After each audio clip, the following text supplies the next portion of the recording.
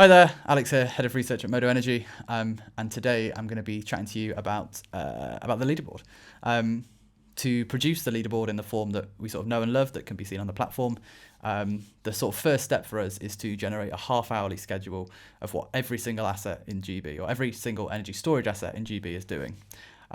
So with that information, not only can we produce a leaderboard, but there's a number of other, graphics and data visualizations that we can produce to give different insights into the market.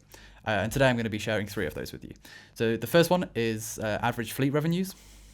In the same way that we can group by individual sites to produce a leaderboard, we could also just average across the entire fleet to give you an understanding of how much the whole market, on average, is making.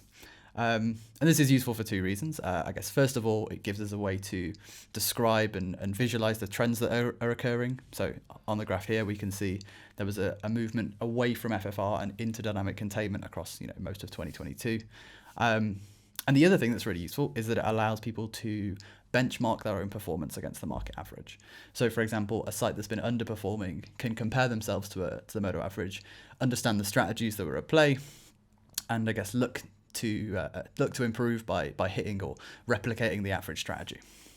The second thing we can do is, instead of aggregating to a monthly level, as we do for the platform, we can aggregate over longer periods of time to get, I guess, a better understanding of how assets are performing in the long run, and again, how their strategies play out. So the graph here shows Q4 2021 revenues. And again, it highlights some really interesting things. So Q4 was the first time we saw real diversification of the energy storage revenue stack. Obviously we have the key markets that we're used to, things like EFR, dynamic containment, and FFR. We also saw huge revenues coming from the balancing mechanism and also from wholesale markets, and sort of in lieu of European power price rallies. And following dynamic containment reaching saturation, following the volume cuts, we can see people moving back into the FFR markets, and we can really start to see this sort of split of strategies that go on. And then the last way we can visualize this data is potentially the coolest, and this gives us an understanding of how assets are behaving on a sort of ether block by ether block basis. So this graph here shows every single site in GB, or every single battery energy storage site in GB, and color codes an ether block based on which market it was participating in, or the market that it earned the most money in that ether block.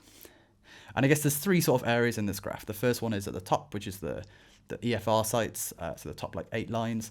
And then I guess the rest of the graph can be split into 2 parts, which is the sort of the pre-September era and the post-September era. So September was sort of the time where wholesale prices start to skyrocket, rising gas prices, rising carbon prices. And at this point, we started to see people dropping out of dynamic containment on a more regular basis and moving into those merchant revenue streams. Again, in November, this was sort of heightened further because of the saturation that we were seeing in dynamic containment, and we saw more people moving into FFR markets. But I think the general trend to see across this entire graphic is really that operational complexity has increased massively across 2021.